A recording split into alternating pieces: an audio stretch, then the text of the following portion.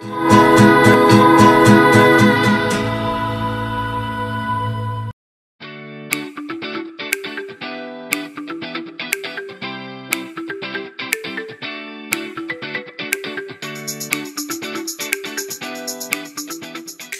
kesempatan yang sama, Mas Dito mendengar presentasi dari tim Advantage Indonesia mengenai ADV jagung dan ADV ruby yang populer di kalangan petani jagung saat ini.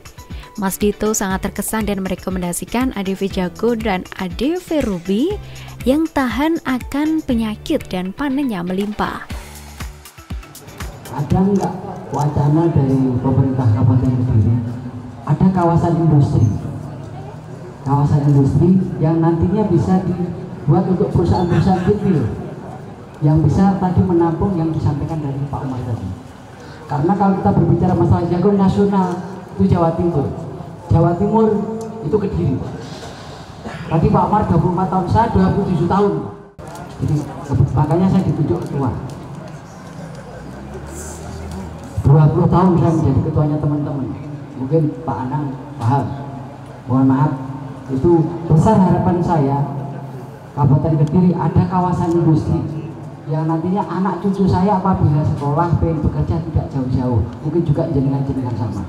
Bikin kawasan industri itu bukan cuma sekedar bikin, perlu visibility study, perlu pemahaman bagaimana nanti konflik sosialnya, perlu melihat jangka waktunya, apakah bisa bertahan sampai 50 tahun, apakah bisa bertahan sampai berapa tahun. Bahwa kawasan industri menjadi salah satu solusi, iya. Kebetulan kabupaten tetangga juga sudah bikin, tapi apakah berjalan dengan baik? Itu satu. Dari beberapa kawasan industri yang saya datangi, saya tidak bisa sebutkan namanya karena saya tidak enak apapun. Di tempat tersebut ada bupatinya, ada pejabatnya, jadi saya juga menghargai. Dari 4 ini, ada yang di Jawa Timur 1, di Jawa Tengah 1, di luar Jawa ada 2. Itu apa kalau bahasa saya suffering? Suffering itu berdarah-darah, Pak. Berdarah-darah. Jangan tahu kan yang saya maksud kabupaten tetangga yang punya kawasan industri, siapa tahu kan ya? Itu pun juga masih berdarah-darah betul mereka. Karena hitungan kawasan industri bukan sekedar membuka kawasan lalu ngitung untung rugi, enggak bisa sesederhana itu. Kompleksitasnya cukup tinggi. Nah, apakah Kabupaten Kediri punya angan-angan untuk membangun kawasan industri? Kita lihat perkembangan dari kabupaten tetangga, kan berdekatan sekali dengan kabupaten tetangga. Sizing mereka sebesar apa? Apakah mereka bisa mencakup sampai Kabupaten Kediri juga atau tidak? Resiko mereka apa? Kendala mereka apa? Karena hari ini kalau saya ketemu teman-teman di kabupaten tetangga, mereka masih sambat semua terkait kawasan industri. Betapa sulitnya kawasan industri tersebut. Yang sebenarnya paling bisa adalah membuka ruang bagi perusahaan-perusahaan yang memang bergerak di sektor pertanian untuk kita berikan relaksasi kalau mau investasi di kabupaten. Jadi contoh misalkan ada perusahaan off-taker untuk pakan ayam katakanlah, atau enggak untuk apa, itu kan pasti kan dalam pakan ayam salah satu kebutuhan utamanya adalah jagung ya. Nah, itu yang bisa kita lakukan adalah itu untuk menjaga stabilitas. Kan kalau ada pabriknya di sini otomatis dia pasti akan ngambil dari daerah sekitar. Kemarin itu ada sedikit bangunan Pak dari pengairan dari itu rupiah.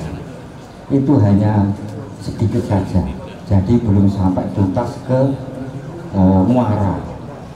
Nah itu saya mengharap mumpung saya ketemu Pak Bupati untuk meringankan beban petani di tempat saya mohon itu nanti ditinjau kembali ke lapangan boleh, nanti saya bisa menunjukkan.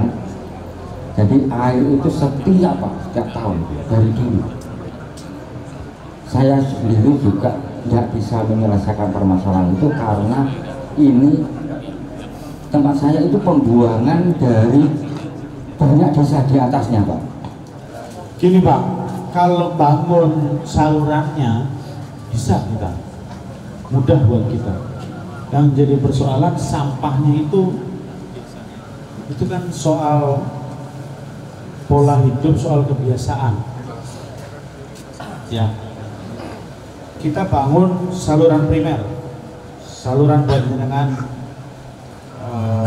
menghidupi sawah-sawah jenengan gitu katakanlah. Ini sampah yang di atas ini, yang di saluran atas, yang dari desa-desa yang jenengan sebutkan tadi tidak dirubah caranya. Jadi masyarakat di desa tersebut masih membuang sampah pada sungai tersebut, resiko meluber itu kan tetap ada akhirnya. Karena ini kan mampet, begitu mampet kan airnya kan deras begitu ya. Setelah mampet kan langsung deras itu. Nah itu debit air yang tinggi itulah yang membuat akhirnya luber, kan kurang lebih begitu Pak. Sekarang solusinya berarti dua, tidak hanya sekedar memperbaiki atau membuat salurannya. Justru masalah utamanya adalah gimana caranya sampah itu harus bisa dibuang pada tempatnya.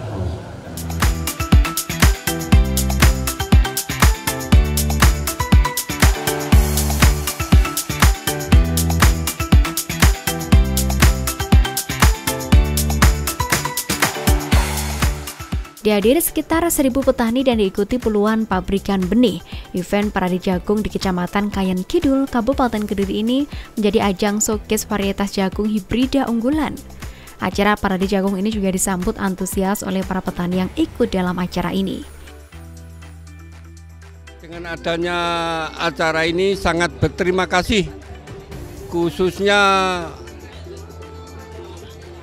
pengurus KTNA Kecamatan Kayan Kidul. Dengan adanya seperti ini tuh semua bangga sekali. Jadi untuk mengenai kerjasama dengan promotor ini sangat bagus. Jadi sehingga petani itu bisa memilih jagung-jagung atau benih-benih yang dibutuhkan selanjutnya. Menurut Anang, penyerapan produksi jagung Kabupaten Kediri terbanyak pada sektor pakan. Dengan melihat berbagai keunggulan jenis varietas, para petani juga bisa lebih efektif dalam membudidayakan. Jagung itu ada dua, justru ada dua. Ada di sebelah utara Kediri dan juga sebelah selatan Kediri. Yang lain sifatnya menyebar. Jadi yang sentra itu ada di Pelemahan, di sini di Kayan Kidul, ada di Papar. Purwasir nggak terlalu banyak. Nanti yang sebelah selatan, Ringenrejo, Kandat, itu banyak banget. Yang lain itu sifatnya nyebar untuk selingan aja. Saya pikir itu hal yang wajar hari ini. Saat ini teman-teman juga membutuhkan yang identik. Kemungkinan kekeringan ini yang paling dibutuhkan pastinya air. Tapi yang sebenarnya kadang yang perlu terlupa oleh teman petani itu sebenarnya serangan hama. Dengan sifat perubahan alam seperti ini biasanya kadang masih hujan nih. Jadi kelembapan nggak menentu, biasanya itu serangan hama bisa muncul. Jadi itu biasanya yang kami sampaikan, jangan hanya melihat air, tetapi tentunya jika kita melihat kondisi alam, harus kita tetap waspada, antisipasi khusus serangan OPT itu yang dimungkinkan saat ini.